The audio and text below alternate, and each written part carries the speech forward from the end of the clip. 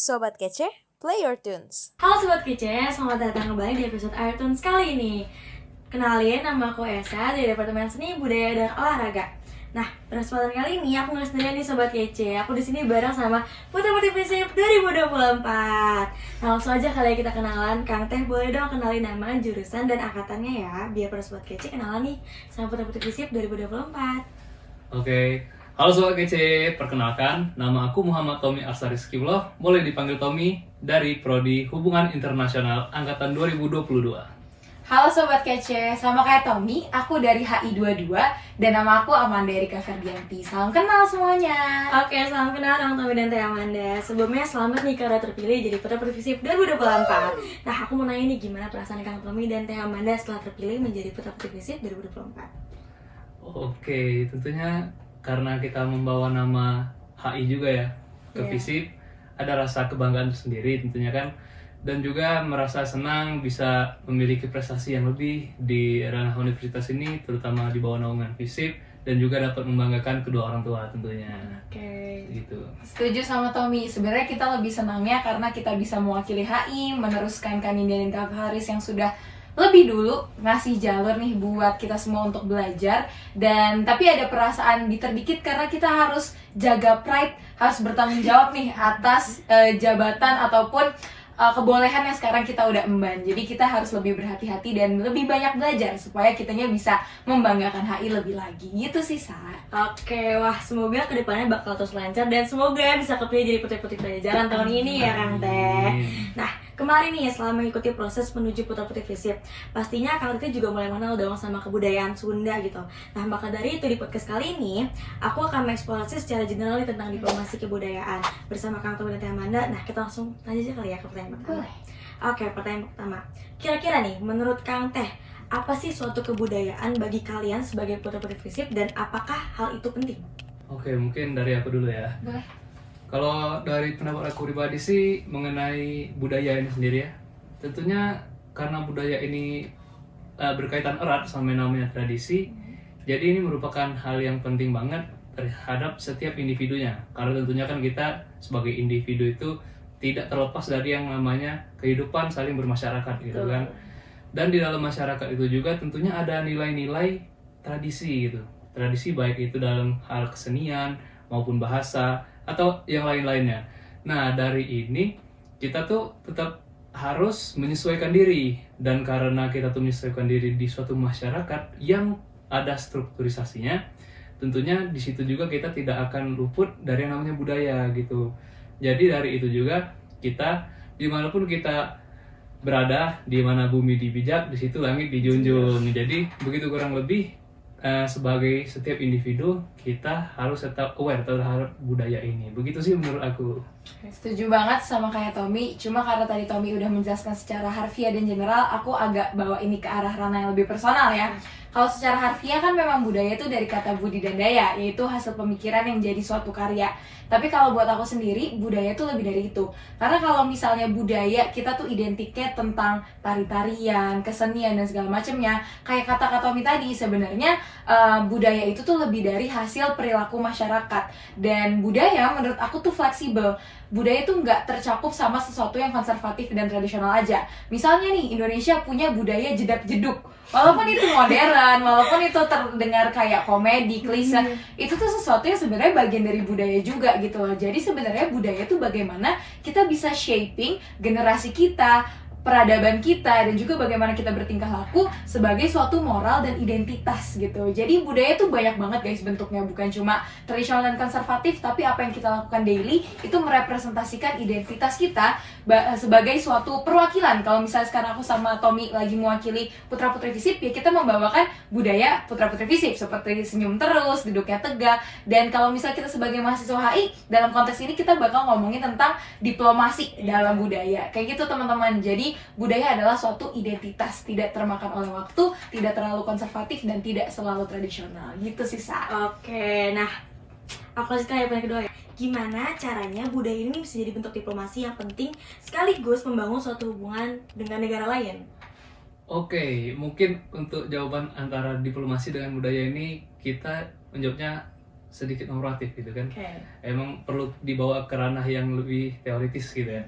Jadi kalau misalnya secara teoritisnya itu dapat dikatakan untuk berdiplomasi dalam hal budaya itu dilakukan antar negara gitu. Jadi tentunya suatu negara itu seperti Indonesia dengan Malaysia. Mungkin beberapa orang itu mengatakan terdapat kemiripan kebudayaan karena memiliki ras yang sama, di antaranya itu kesamaan ras Melayu gitu.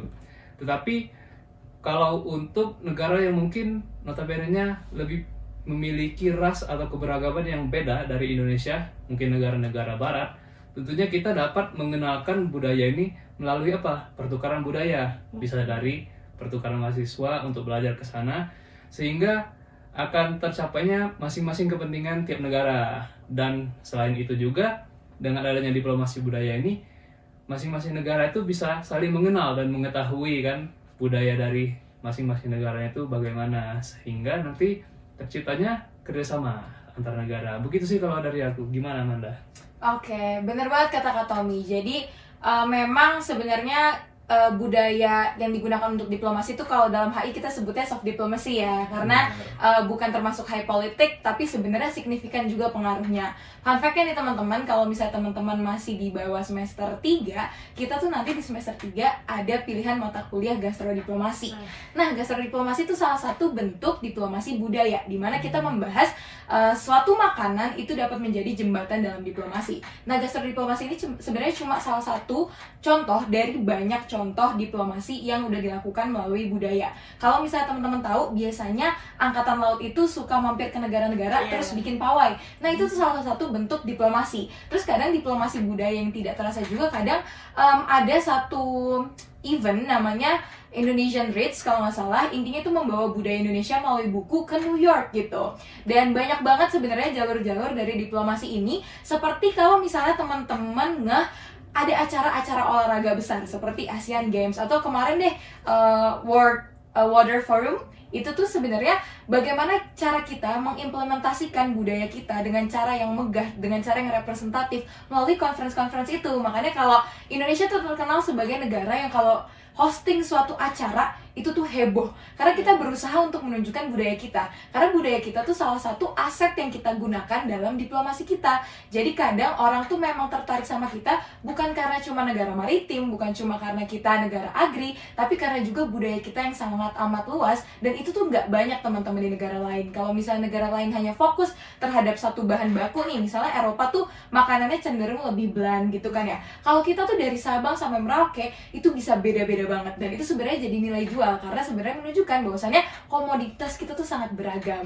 Jadi representatif SDA, SDM, dan juga bagaimana kondisi negara kita. Kayak gitu sih teman-teman. Oke, terima kasih Kang Tommy Rahman atas jawabannya. Oke, lanjut aja kali ya ke pertanyaan ketiga nih. Nah, kan di era sekarang ini semuanya serba modern ya Kang Teh. Nah, kenapa sih kita perlu bagi untuk menjaga kebudayaan di era sekarang ini, dan upaya apa yang sekiranya efektif menurut Kang Teh? Oke, mengenai apa tahap-tahapan atau tindakan yang bisa kita lakukan ya untuk ibaratnya melestarikan budaya di masa kini itu. Seperti yang kita tahu ya teman-teman ya, kan sekarang itu eranya globalisasi, dan tentunya dengan era globalisasi ini akan banyak budaya yang datang dari belahan dunia manapun. Tidak terlepas dari budaya di negara kita sendiri, tetapi budaya dari luar itu untuk saat ini lebih lumayan mendominasi tuh. Dari contohnya saja seperti K-pop yang fansnya itu sangat banyak, terutama di negara kita Indonesia kan.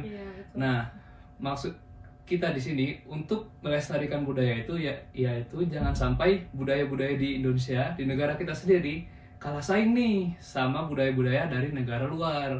Nah, kalau dari aku sendiri, kita itu tetap harus mempelajari budaya-budaya dari daerah kita dan negara kita secara luas, itu budayanya apa saja, dan tentunya bisa kita terapkan untuk keseharian. Jadi mulai dari diri kita sendiri, karena ingat teman-teman, small steps makes big changes gitu. Kalau dari kamu gimana Man? Nah, aku melanjutin lagi nih kata Tommy, karena sebenarnya kita memang harus membawa budaya ini supaya lebih lestari. Sekarang aku punya poin sih, menurut aku untuk membawa suatu budaya ke dalam sehari-hari dan bisa dilestarikan, yang pertama budayanya tuh harus resilient dulu. Kenapa sih suatu budaya itu harus resilient? Karena pada akhirnya kalau kita memaksakan suatu metode yang konservatif, itu kita tidak akan mendapatkan target itu sendiri, dan pada akhirnya hal ini akan tergerus nih teman-teman. Nah, gimana sih cara aku mengimplementasikan resilient ini dalam budaya? Nah, ini juga bisa diaplikasikan sama teman-teman yang Gen Z, karena pada dasarnya kita berusaha untuk melestarikan itu, utamanya di Gen Z kan ya. Contohnya nih teman-teman, kita tahu kain batik. Tapi kalau misalnya dulu kain batik itu hanya identik dalam agenda-agenda formal ya, seperti kondangan, lalu juga acara-acara kebudayaan. Tapi kalau sekarang pasti teman-teman tahu deh, kalau misalnya udah ada movement yang namanya berkain. Iya, Berkain bersama, berkain yang lain, itu banyak banget movementnya. Dan sebenarnya lagi aku implementasikan juga nih teman-teman. Aku pakai terusan sebenarnya ini kain yang aku ikat sendiri. Jadi sebenarnya implementasinya tuh banyak dan bisa diaplikasikan ke sehari-hari. Dan supaya sebenarnya ini raising awareness bahwasannya memakai kain di hari-hari itu suatu yang hal yang normal dan memang merupakan bagian dari budaya kita. Dan di luar itu juga banyak banget caranya, seperti daripada kita menolak teknologi, daripada kita terus-terusan berkata bahwasannya globalisasi menggerus budaya kita, lebih baik kita memanfaatkan si globalisasi ini sebagai suatu perantara untuk kita bisa memasifkan budaya itu sendiri. Contohnya gimana nih? Misalnya kalau misalnya teman-teman tahu ada penyanyi namanya Jebung tuh, Jessica Bunga. Jebung tuh pakai bahasa Batak dalam lagu yang dikombinasikan dalam bahasa Inggris. Jadi marketnya tetap kena dengan pendekatan yang maksimal. Sekarang berkain, terus juga banyak sekarang kayak Weird Genius di lagu Lati pakai gamelan. Itu sebenarnya lebih ke cara pengimplementasian dengan metode yang tepat, pendekatan yang tepat dan tidak memaksakan. Jadi mungkin kalau misalnya habis ini teman-teman ada inovasi nih supaya suatu budaya bisa resilient, cepet-cepet diimplementasikan. Keburu kita telat, keburu budayanya tergerus. Kayak gitu sih, Sa. Oke. Nah, last but not least, gimana?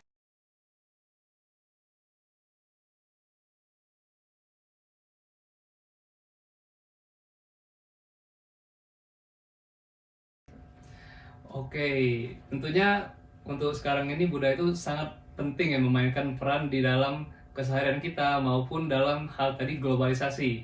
Dan untuk itu sendiri tentunya terdapat banyak tantangan nih kan.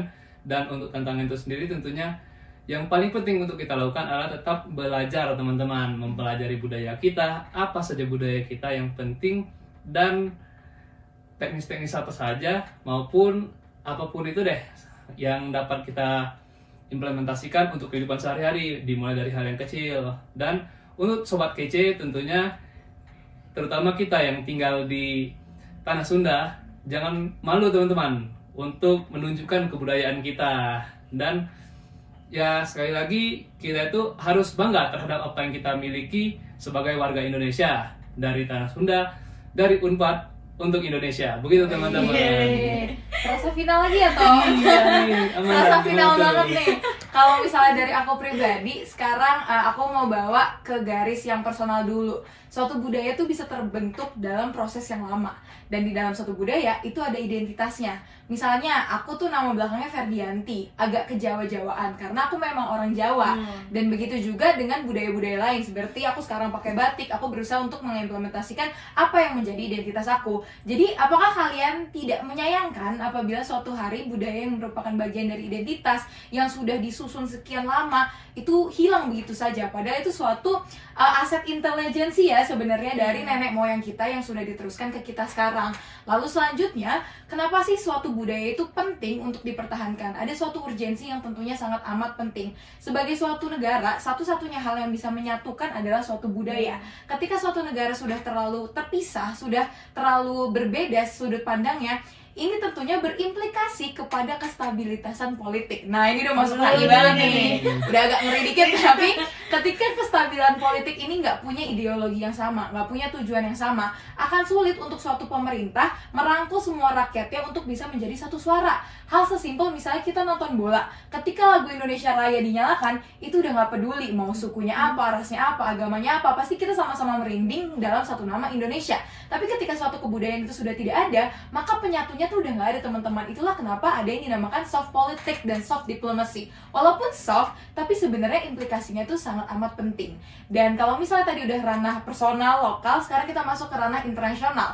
Ketika berbicara soal budaya, Misalnya tadi udah di-mention juga sama Kak Tommy soal Malaysia dan Indonesia yang punya kemiripan.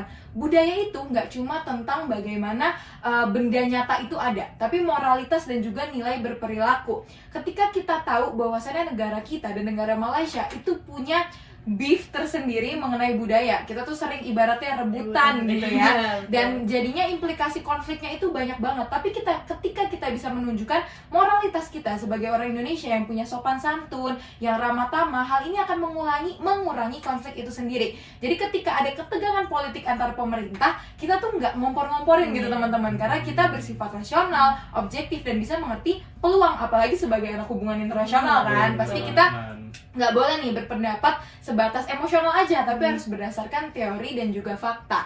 Dan pada akhirnya urgensi terbesar dalam budaya dalam konteks hubungan internasional adalah bagaimana kita menjual negara kita dengan pesona yang ada sebagai bentuk dari diplomasi dan pada akhirnya mengakomodasi kebutuhan negara kita sendiri dan juga national interest kita. Kayak gitu sih, Sa.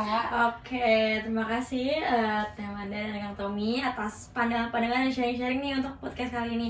Nah, semoga Sobat Kece yang dengerin bisa nambah-nambah insight baru nih yang bermanfaat ke depannya. Sebagai penutup, mungkin Kang Tommy atau Teh Amanda mau ngasih nyampe pesan-pesan gitu ke Sobat Kece. Oke, kalau dari aku mungkin sedikit aja kepada Sobat Kece semua. Jangan takut dan jangan malu untuk melestarikan budaya kita, terutama budaya Indonesia, dan selalu bangga sebagai warga Indonesia. Begitu Sobat Kece. Betul, dan kalau dari aku, embrace siapa diri kamu melalui identitas keseharian kamu. Dari berpakaian, moralitas berperilaku, dan juga ingat bahwasannya small step make a big change. Jadi jangan lupa bahwasannya sekecil apapun kontribusi kamu sebenarnya itu berpengaruh untuk orang banyak.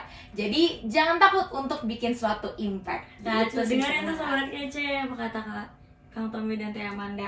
Nah, oke, kalau gitu sekian dari podcast kali ini. Sampai ketemu di episode Airtons selanjutnya. Dadah! Thank you for tuning in and see you in the next episode. Bye!